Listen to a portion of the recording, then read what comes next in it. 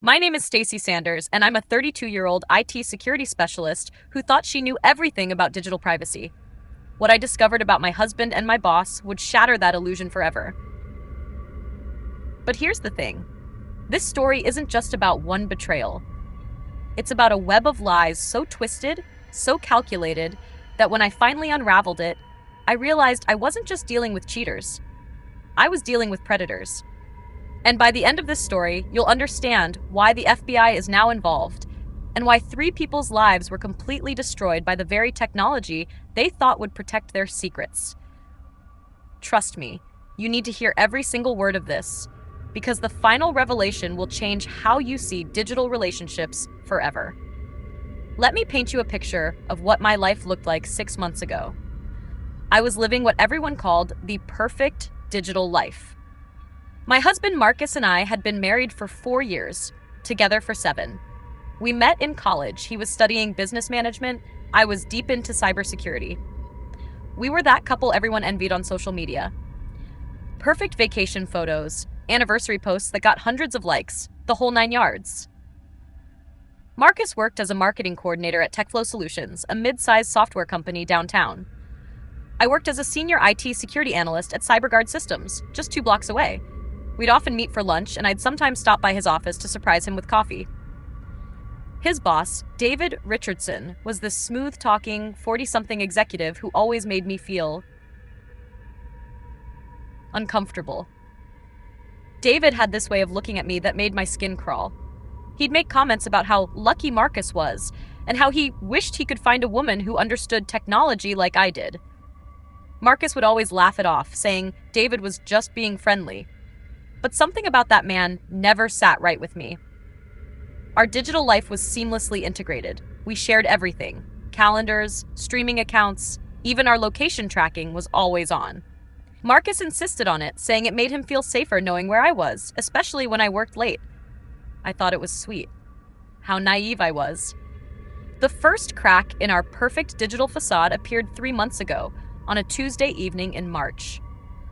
I was working late, analyzing security logs for a potential breach, when I noticed something odd. Our shared Google Calendar showed Marcus at a client dinner until 10 p.m. Nothing unusual there. He often had late client meetings. But here's where my cybersecurity training kicked in.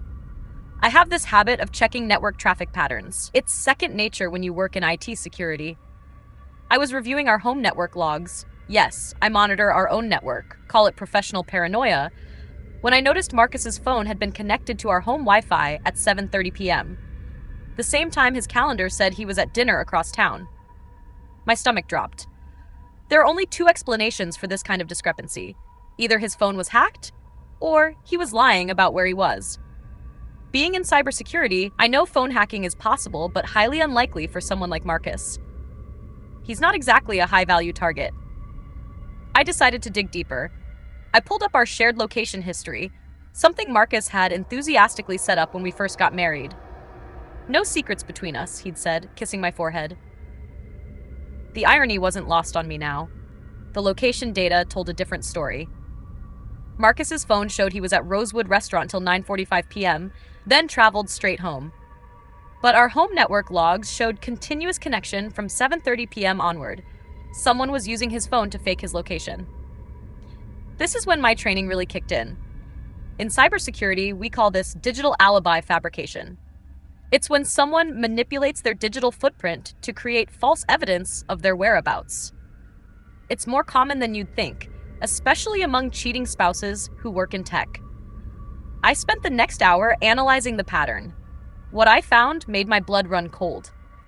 This wasn't a one-time thing. For the past 6 weeks, Marcus had been manipulating his location data during his supposed client dinners. Every Tuesday and Thursday, like clockwork. But here's what really got my attention. The sophistication of the manipulation. This wasn't some basic location spoofing app. Someone had set up a complex system involving multiple devices, VPN routing, and even fake cell tower signals. This level of technical knowledge was way beyond Marcus's capabilities. I sat there staring at my computer screen, the pieces starting to fall into place. Marcus was definitely cheating, but he had help. Someone with serious technical skills was helping him cover his tracks. someone who understood digital forensics almost as well as I did. The next morning, I played it cool. I made Marcus his usual coffee, kissed him goodbye, and acted like nothing had changed. But inside, I was already planning my investigation.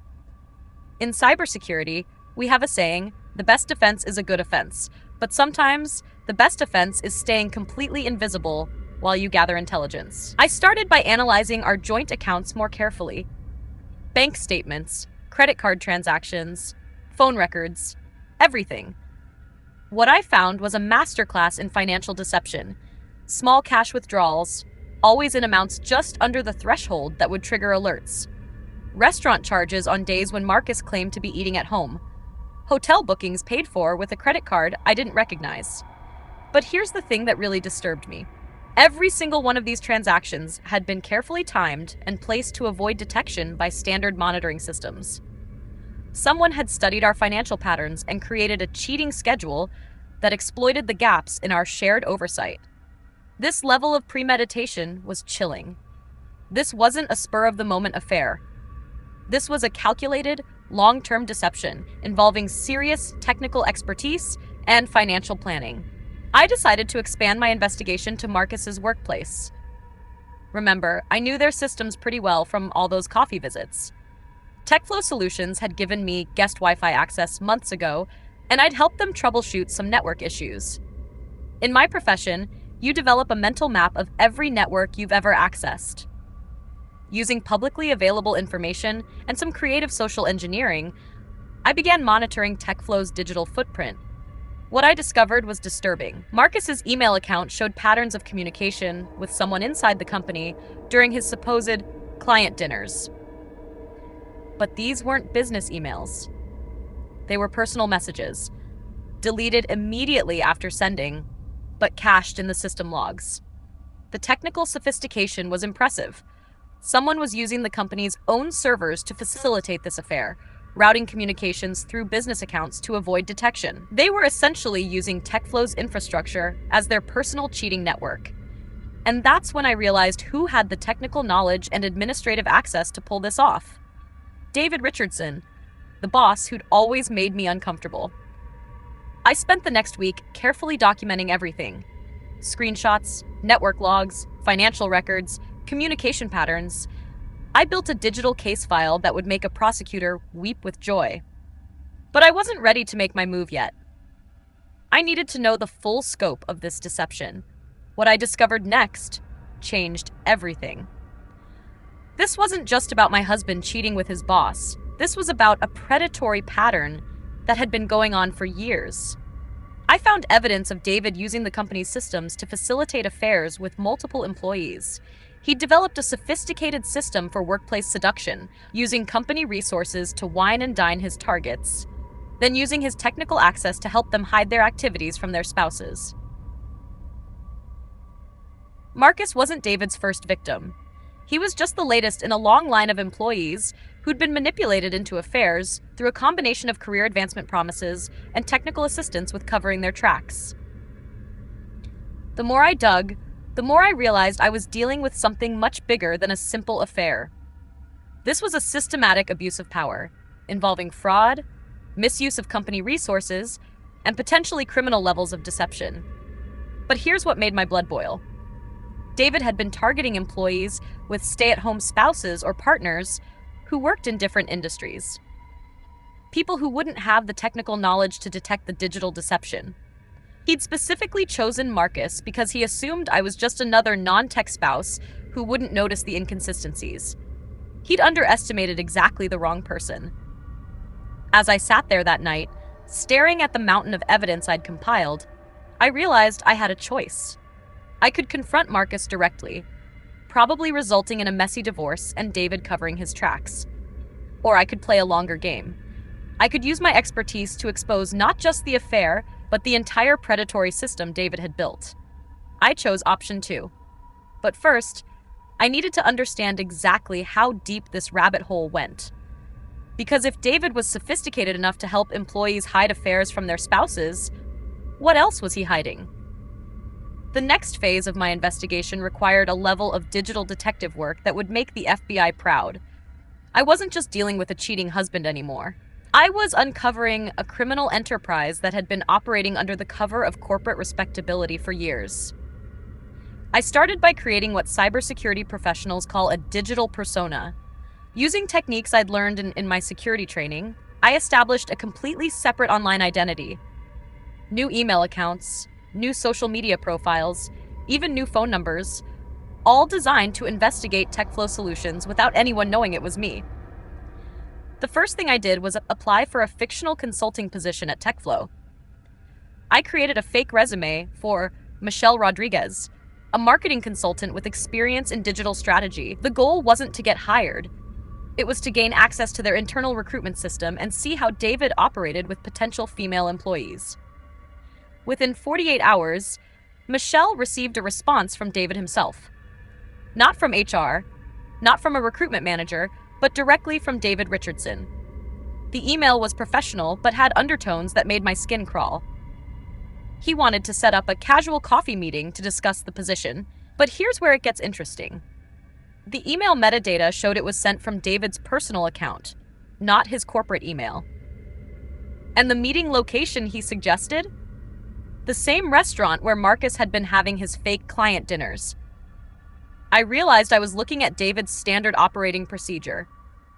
He'd scout potential targets through the recruitment process, then gradually blur the lines between professional and personal interactions. I decided to take the meeting. I know it sounds crazy, but I needed to see his manipulation tactics firsthand. I spent days preparing, different hairstyle, different makeup, completely different style of clothing. I even practiced changing my voice patterns and body language. In cybersecurity, we call this social engineering, but I was essentially going undercover. The meeting was scheduled for Thursday evening at 7 p.m. The same time, Marcus would be having another one of his client dinners. The timing wasn't coincidental. David arrived at the restaurant looking exactly like the predator I'd suspected. Expensive suit, rehearsed charm, and that same unsettling way of looking at women like they were objects to be acquired. He ordered wine without asking if I wanted any, then launched into what was clearly a well-rehearsed speech about TechFlow's innovative culture and unique opportunities for growth. But I was recording everything. Hidden recording devices, backup audio on my phone, even a pen camera I'd borrowed from a private investigator friend. I was building a case, and I needed evidence of David's behavior patterns. Within 30 minutes, David had steered the conversation from business to personal topics. He asked about my relationship status, my living situation, my flexibility for evening work. When I mentioned I was single, his entire demeanor shifted. He became more aggressive, more presumptuous. "You know," he said, leaning closer, "I have a special mentorship program for talented women in marketing. It involves some unconventional approaches to career development." The way he said unconventional made my stomach turn. This was clearly his standard pitch. He continued, "I've helped several women advance their careers significantly. Of course, it requires a certain level of discretion and trust." I played along, acting interested while internally documenting every word. David explained that his mentorship program involved after-hours meetings, special projects that required privacy, and a mutual understanding about keeping their professional relationship confidential. He was essentially describing a systematic approach to workplace sexual harassment disguised as career advancement, and he was using company resources to facilitate it. But here's what really shocked me. David mentioned that he had technical solutions for maintaining discretion. He could help ensure that communications remained private, that scheduling wouldn't conflict with personal relationships, and that certain activities wouldn't appear on corporate records. He was literally advertising his ability to help married employees hide affairs from their spouses. I left that meeting with enough evidence to destroy David's career, but I still needed to understand the full scope of his operation. How many employees had he manipulated? How extensive was his abuse of company resources? And most importantly, how could I ensure that he faced real consequences for his actions? Over the next 2 weeks, I conducted what I call digital archaeology. I used my knowledge of network systems to analyze TechFlow's digital footprint from the outside. Public records, social media patterns, even LinkedIn connections. I was mapping David's web of manipulation. What I found was staggering. David had been operating this system for at least 5 years. I identified at least 7 different female employees who had been targeted, manipulated, and in some cases driven to leave the company when the relationship soured. But Marcus was different. Marcus was married to someone with the technical skills to detect the deception. David had specifically chosen Marcus because he thought I was an easy target, a non-tech spouse who wouldn't notice the digital inconsistencies. He'd made a fatal miscalculation. I also discovered that David had been using company funds for his personal adventures. Corporate credit cards for dinners, hotel bookings, charged to fictional client meetings, even travel expenses for what he claimed were business trips, but were actually romantic getaways with his targets. The financial fraud alone was enough to put him in prison. But I wanted more than just financial justice. I wanted to expose the entire predatory system and ensure he could never do this to another family. That's when I made a decision that would change everything. Instead of just gathering evidence about David and Marcus, I decided to help the other victims. I was going to expose the entire network and give every wronged spouse the information they needed to protect themselves. I started by creating anonymous tip packages for each of the other victims' spouses. Carefully compiled evidence, presented in a way that would be easy to understand even for people without technical backgrounds. I included network logs, financial records, and even screenshots of communications that proved their spouses had been manipulated by David. But I didn't send them immediately. I wanted to coordinate a simultaneous exposure that would prevent David from covering his tracks or intimidating his victims into silence. While I was preparing these packages, I made another disturbing discovery. David hadn't just been manipulating employees. He'd been collecting compromising information about them and using it for control. Photos, personal communications, even financial information. He was essentially blackmailing his victims to ensure their silence. This was when I realized I was dealing with something that went far beyond workplace harassment. This was organized criminal activity involving fraud, blackmail, and systematic abuse of power. I decided to involve law enforcement, but not local police. They might not understand the technical complexity of the crimes. I needed federal authorities who specialized in cybercrime and financial fraud. I spent 3 days preparing a comprehensive case file for the FBI. Network analysis, financial records, communication logs, and evidence of systematic abuse, everything organized in a way that would make prosecution straightforward. But I also wanted personal justice. I wanted Marcus and David to experience the same level of humiliation and betrayal they'd inflicted on others. I wanted them to understand that their actions had consequences. That's when I developed what I called Operation Digital Reckoning, a carefully orchestrated exposure plan that would destroy both their personal and professional lives simultaneously. The plan was elegant in its simplicity. I would use the very same company network that David had been exploiting to expose their crimes.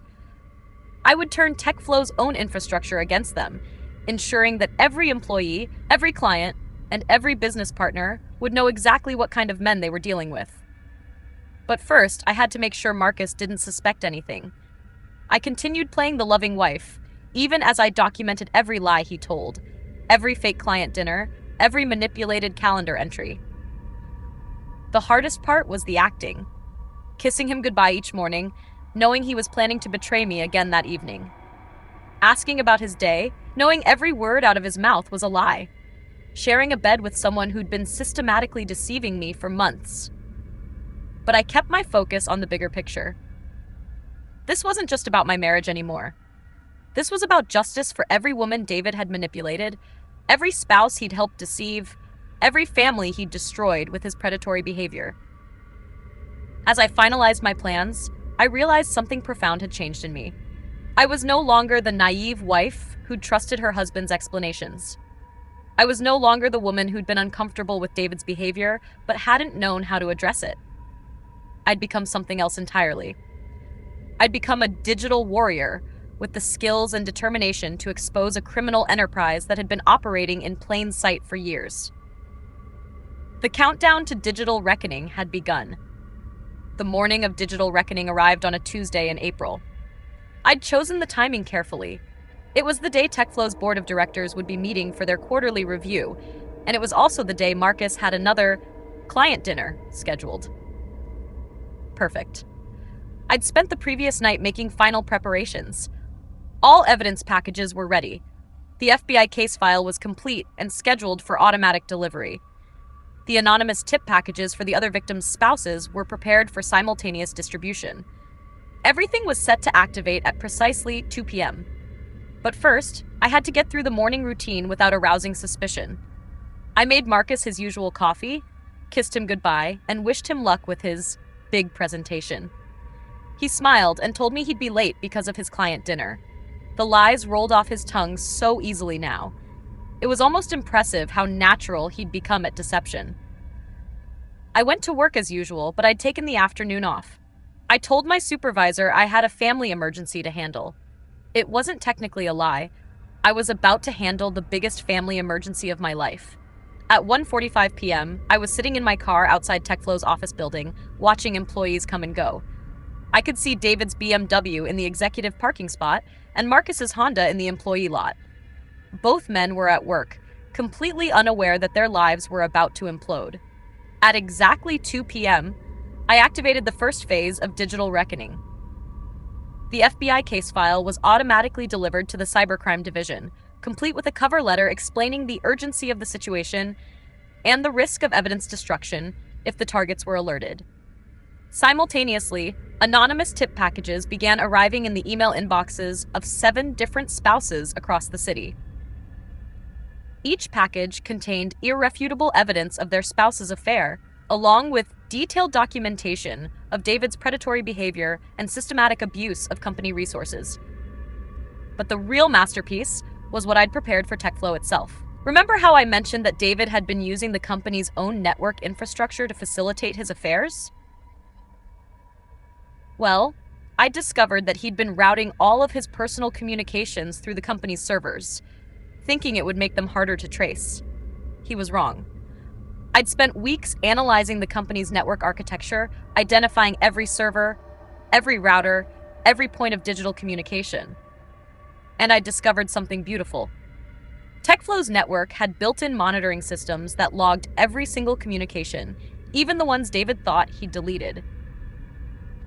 At 2:15 p.m., I sent an encrypted package to TechFlow's IT department. The package contained a detailed analysis of network security vulnerabilities, framed as a courtesy audit from an anonymous cybersecurity consultant. But buried in the technical analysis was something that would make their IT staff's blood run cold.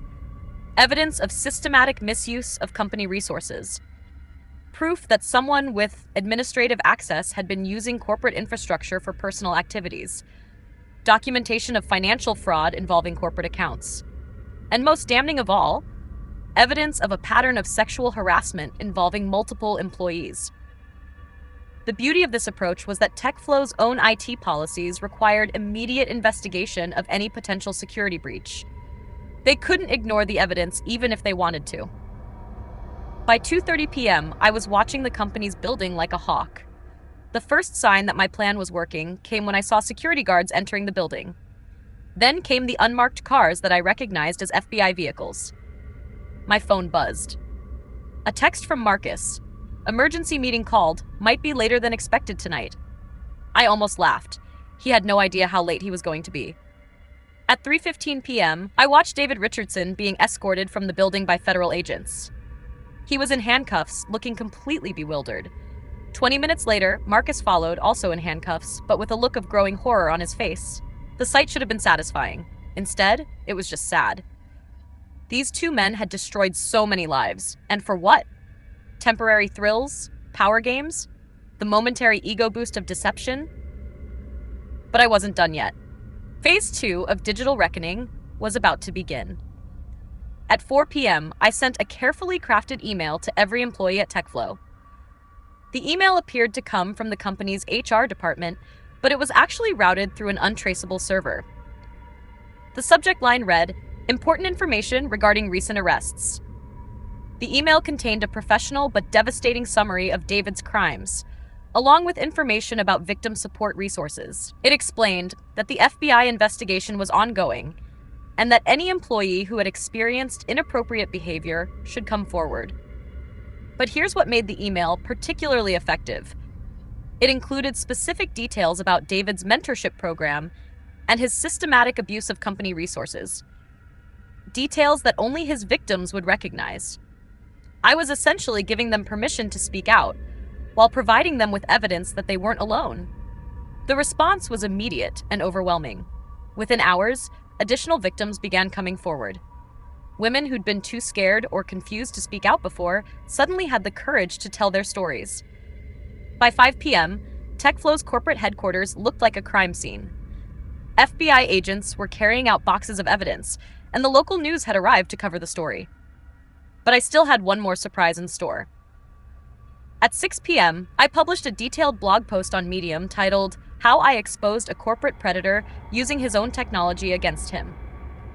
The post was written under a pseudonym, but it told the complete story of my investigation, including detailed explanations of the technical methods I'd used to gather evidence. The post went viral within hours. Tech professionals, women's rights advocates, and cybersecurity experts began sharing it across social media. It became a blueprint for how to use digital forensics to expose workplace predators.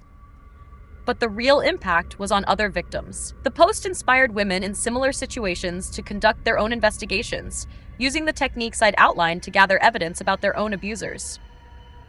By 7 p.m., #Digital Reckoning was trending on Twitter.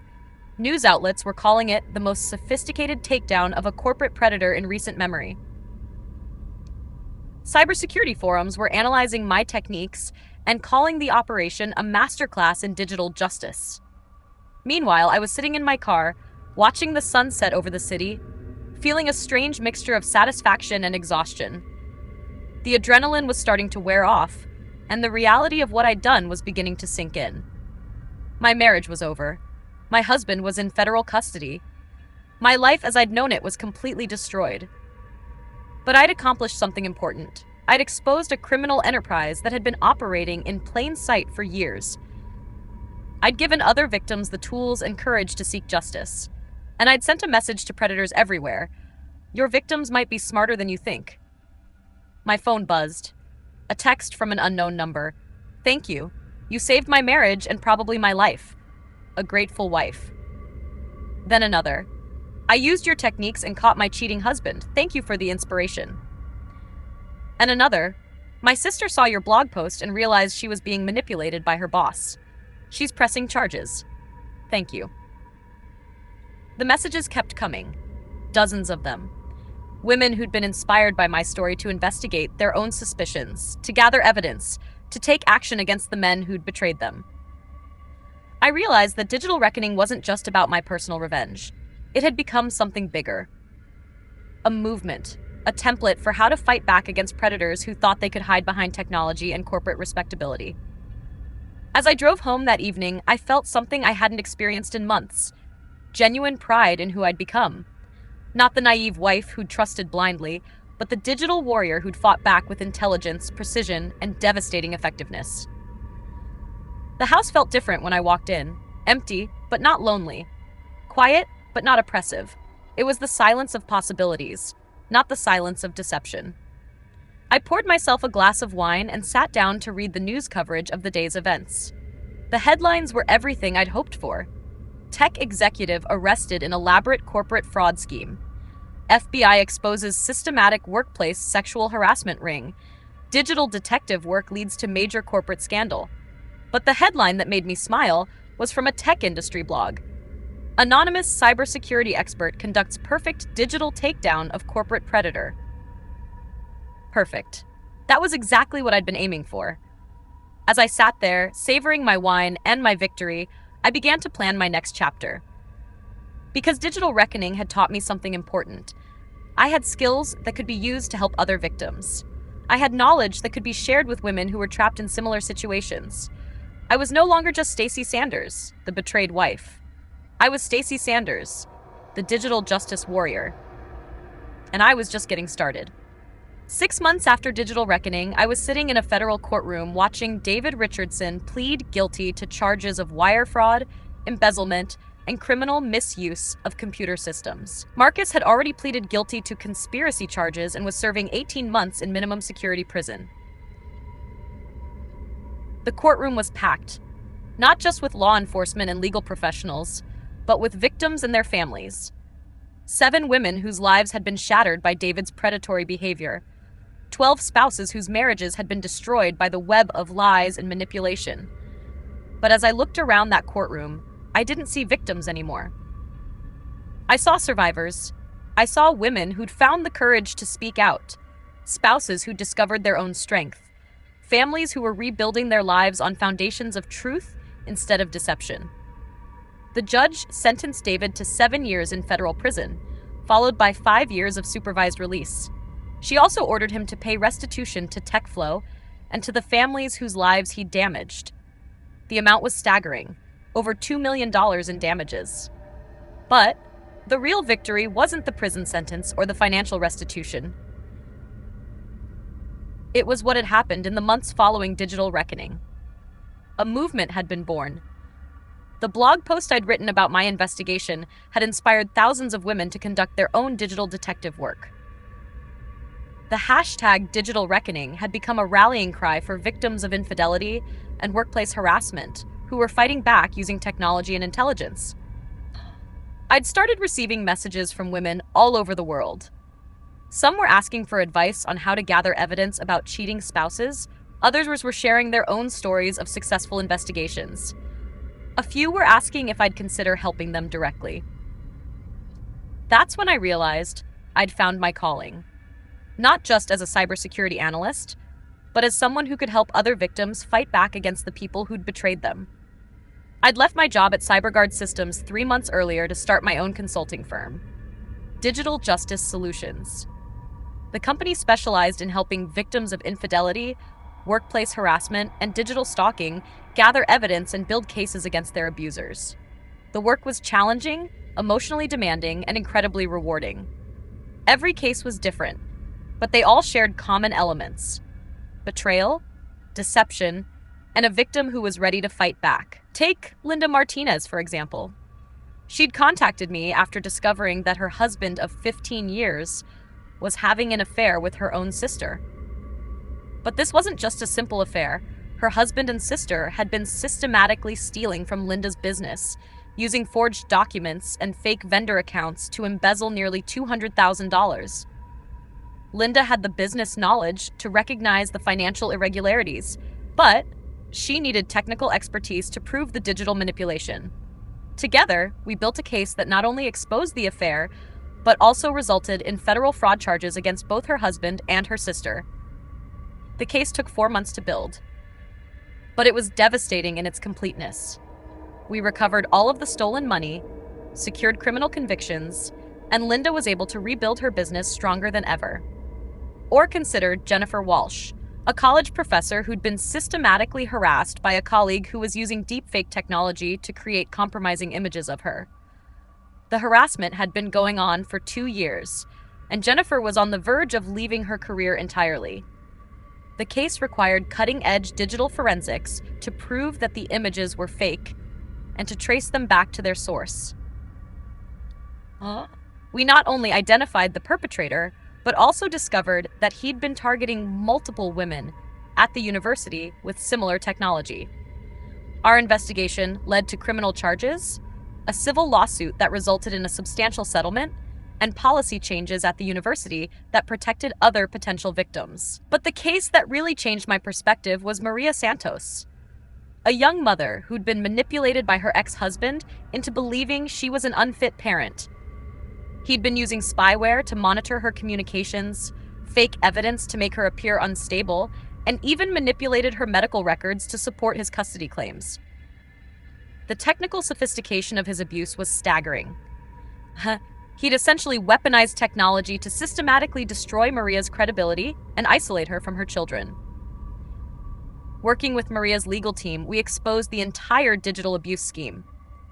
We recovered deleted communications that proved his manipulation, identified the spyware on her devices, and trace the fake evidence back to its source. The case resulted in Maria regaining full custody of her children and her ex-husband facing criminal charges for cyberstalking and evidence tampering. But more importantly, it led to new legislation in our state that specifically addressed digital abuse in custody cases. Each case taught me something new about the creative ways predators use technology to control and manipulate their victims. But it also taught me about the incredible resilience of survivors who are willing to fight back. The work wasn't just about technical analysis and evidence gathering. It was about empowering victims to reclaim their lives and their stories. It was about using technology as a tool for justice instead of oppression. Digital Justice Solutions had grown from a one-person consulting firm to a team of 12 specialists. We had cybersecurity experts, digital forensics analysts, legal researchers, and victim advocates. We'd handled over 300 cases in our first year, with a success rate of over 90%. But the most rewarding part of the work was the training and education component. We'd started offering workshops for women's shelters, legal aid organizations, and law enforcement agencies. We taught people how to recognize digital abuse, how to gather evidence safely, and how to protect themselves from technological stalking. The workshops were always overbooked. There was such a hunger for this knowledge, such a need for people to understand how to protect themselves in an increasingly digital world. I'd also started speaking at cybersecurity conferences, sharing the story of digital reckoning and teaching other professionals how to apply their skills to cases involving domestic abuse and workplace harassment. The response from the cybersecurity community was overwhelming. These were professionals who'd spent their careers protecting corporations and government agencies from cyber threats. But many of them had never considered how their skills could be used to help individual victims of digital abuse. I'd started a mentorship program that paired experienced cybersecurity professionals with domestic violence organizations. The program provided free technical assistance to victims who couldn't afford private consulting services. The program had been so successful that it was being replicated in other cities. The National Domestic Violence Hotline had started referring cases to us, and we were working with federal agencies to develop best practices for digital evidence collection in abuse cases. But perhaps the most unexpected development was the academic interest in digital reckoning. Criminology professors were using my case as a teaching example of how victims can use technology to fight back against their abusers. Business schools were studying TechFlow's downfall as a case study in corporate governance and ethical leadership. I'd been invited to speak at universities across the country, sharing my story with students who were about to enter the workforce. The message was always the same. Technology is a tool, and like any tool, it can be used for good or evil. The choice is ours. The divorce from Marcus had been finalized 4 months earlier. It was surprisingly amicable, considering the circumstances. Marcus had been genuinely remorseful about his behavior, and he'd cooperated fully with the investigators. He'd also agreed to a settlement that left me with most of our assets, including the house. I'd chosen to keep the house, but I'd completely renovated it. New furniture, new paint, new everything. I wanted to create a space that was entirely mine, free from the memories of deception and betrayal. The house had become the unofficial headquarters of Digital Justice Solutions. My home office was equipped with the latest forensics equipment, and I'd converted the basement into a secure evidence storage facility. But more than that, the house had become a symbol of transformation. Friends and clients often commented on how peaceful and positive the space felt. It was hard to believe that it had once been the site of so much pain and deception. I'd also started dating again, though I approached relationships very differently now. I was upfront about my work and my experience. I didn't hide the fact that I was a digital forensics expert who specialized in catching cheaters and abusers. Surprisingly, this honesty was attractive to the right kind of man. I'd been seeing James, a family law attorney, for 3 months. He understood my work, respected my boundaries, and appreciated my strength. Our relationship was built on complete transparency. We shared everything: passwords, calendar access, financial information. It might seem excessive to some people, But after what I'd experienced, I needed that level of openness. James often joked that I was the only woman he'd ever dated who could actually verify whether he was being faithful. But he also said it was liberating to be in a relationship where there was no possibility of deception. As I reflected on the journey from digital reckoning to digital justice solutions, I realized that my story had become something bigger than personal revenge. It had become a blueprint for how victims could reclaim their power and fight back against the people who'd betrayed them. The techniques I developed for investigating Marcus and David had been refined and systematized into a comprehensive methodology for digital evidence collection. We'd created training materials, software tools, and legal frameworks that were being used by professionals across the country. But the most important thing I'd learned was that revenge, when done right, isn't about destroying your enemies. It's about building something better from the ashes of what they destroyed.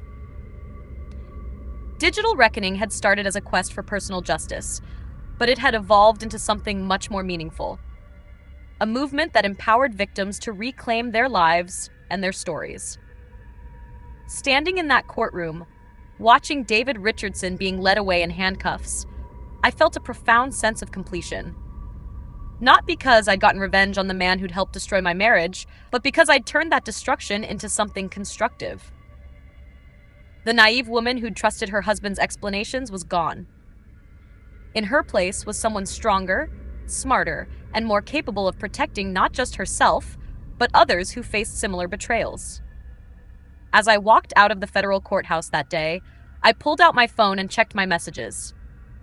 There were 17 new inquiries from potential clients, 3 speaking requests, and a message from a documentary filmmaker who wanted to tell the story of digital reckoning.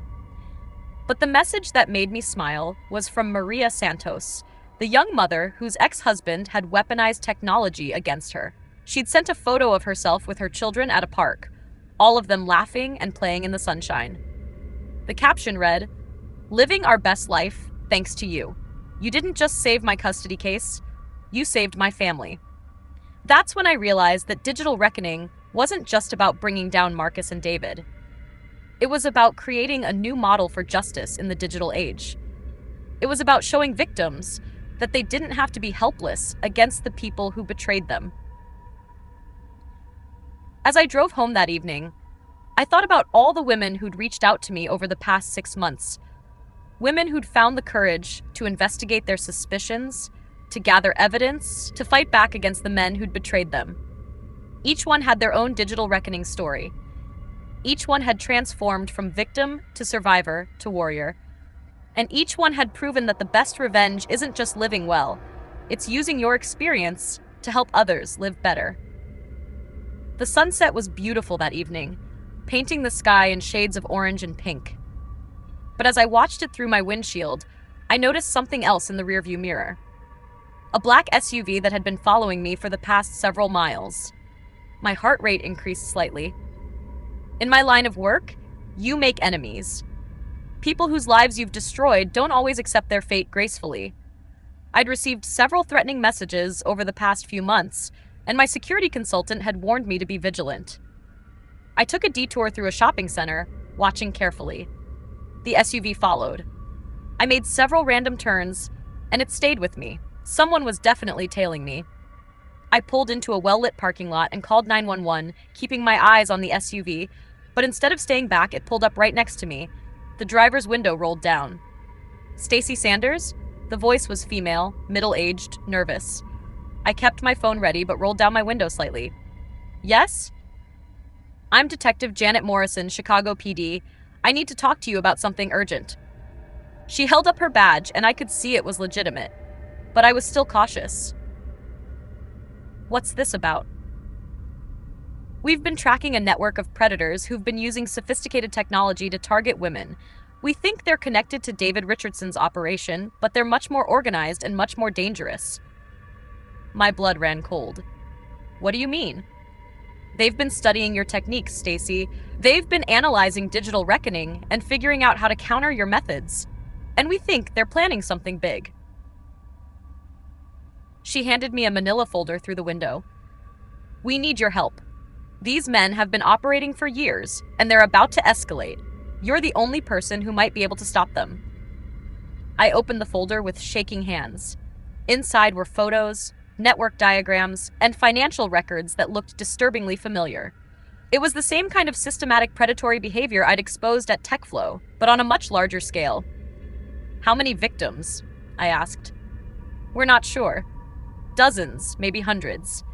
They've been recruiting men like Marcus and David, teaching them more sophisticated techniques, and then using them to target high-value victims. The photos showed surveillance images of women entering and leaving office buildings, parking garages, and residential areas. Professional women, successful women, women who looked like they had something to lose, women like me. They call themselves the network, Detective Morrison continued. And Stacey, they've been watching you. They know where you live, where you work, who you're dating. They consider you a threat that needs to be eliminated. I stared at the photos, my mind racing. This wasn't just about digital evidence collection anymore. This was about a criminal organization that had evolved beyond individual predators into something much more sinister. What do you need me to do? I asked. We need you to go undercover. We need you to infiltrate their organization and gather evidence from the inside. You're the only person with the technical skills and the personal motivation to pull this off. I looked at the photos again. These weren't just random victims. These were women who looked like they could be targets of the network. Women who were successful, independent, and technologically savvy. Women who might be able to fight back if they knew what they were up against. When do we start? I asked. Detective Morrison smiled grimly. We start tonight. Because, Stacey, there's something else you need to know.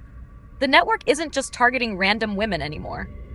They're specifically targeting women who've fought back against their abusers, women who've exposed predators, women like you. She handed me another photo. It was a surveillance image of me leaving the courthouse that very afternoon. They've been planning this for months, Stacey. Digital reckoning didn't just inspire other victims, it inspired other predators. And now, they want revenge. I sat there in my car, holding the evidence of a conspiracy that threatened everything I'd built since Digital Reckoning. My company, my clients, my new relationship, my very life, all of it was at risk. But as I looked at those photos of innocent women who were being targeted by predators, I felt the same cold determination that had driven me to expose Marcus and David. The network thought they could intimidate me. They thought they could use my own success against me. They thought they could turn my greatest victory into my greatest vulnerability. They were about to learn how wrong they were. Detective Morrison, I said, looking her straight in the eye, I hope you're ready for Digital Reckoning 2. 0, because these predators are about to discover that I'm not just a victim who got lucky. I'm a digital warrior who's just getting started. As I drove home that night, I realized that my story wasn't ending with David Richardson's conviction. It was just beginning. The network had made a fatal mistake. They'd underestimated the woman who'd already proven that no predator was too sophisticated to be brought down by the right combination of intelligence, determination, and digital expertise. The first Digital Reckoning had been about personal justice. The second would be about something much bigger. Protecting every woman who'd ever been targeted by predators who thought they could hide behind technology and intimidation. And this time, I wouldn't be working alone. I'd have the full resources of law enforcement, the expertise of my team at Digital Justice Solutions, and the support of hundreds of survivors who'd been inspired by my story. The network wanted a war. They were about to get one. But as I pulled into my driveway, I noticed something that made my blood freeze. The front door was slightly ajar. I always locked it, and I always checked it twice. Someone had been in my house. I sat in my car, engine running, while I called Detective Morrison. She answered on the first ring. They're already making their move, I said. My house has been compromised. Get out of there, Stacey. Don't go inside. We're sending units now. But as I put the car in reverse, I saw something in my rearview mirror that made my heart stop. A figure in dark clothing was standing at the end of my driveway, blocking my exit. And then I heard the sound that would haunt my dreams for months to come. The electronic beep of a phone receiving a text message. It was coming from inside my house. The network wasn't just watching me. They were inside my home, using my own technology against me, just like David Richardson had used TechFlow's network to facilitate his crimes. But this time, the stakes were much higher. This time, it wasn't just about infidelity and workplace harassment. This time, it was about survival. As I sat there in my car, trapped between the figure behind me and whatever was waiting inside my house, I realized that digital reckoning had set in motion events that were far from over. The real battle was just beginning. And that's when I understood the terrible truth about digital warfare in the modern age. When you expose one predator, you don't just get justice. You paint a target on your back for every other predator who sees you as a threat to their operations. The network had been watching me since the day David Richardson was arrested. They'd been studying my techniques, analyzing my weaknesses, and planning their revenge. But they'd made one critical mistake. They'd assumed I was just a victim who got lucky. They didn't realize they were dealing with someone who'd already proven that no predator, no matter how sophisticated, no matter how well connected, no matter how technologically advanced, was beyond the reach of digital justice. 6 months later, 17 members of the network would be in federal prison. But that's a story for another day. The question you should be asking yourself is this: how many predators are operating in your world right now, using technology to hide their crimes and manipulate their victims? How many David Richardsons are sitting in corporate boardrooms planning their next conquest? How many networks studying the techniques that victims use to fight back so they can develop better ways to avoid detection? And most importantly, when they come for you, and they will come for you if you ever dare to fight back, will you be ready? Because in the digital age, the only thing more dangerous than a predator with advanced technology is a victim who knows how to use that same technology against them. Sleep well tonight. But remember, they're always watching, and they're always learning.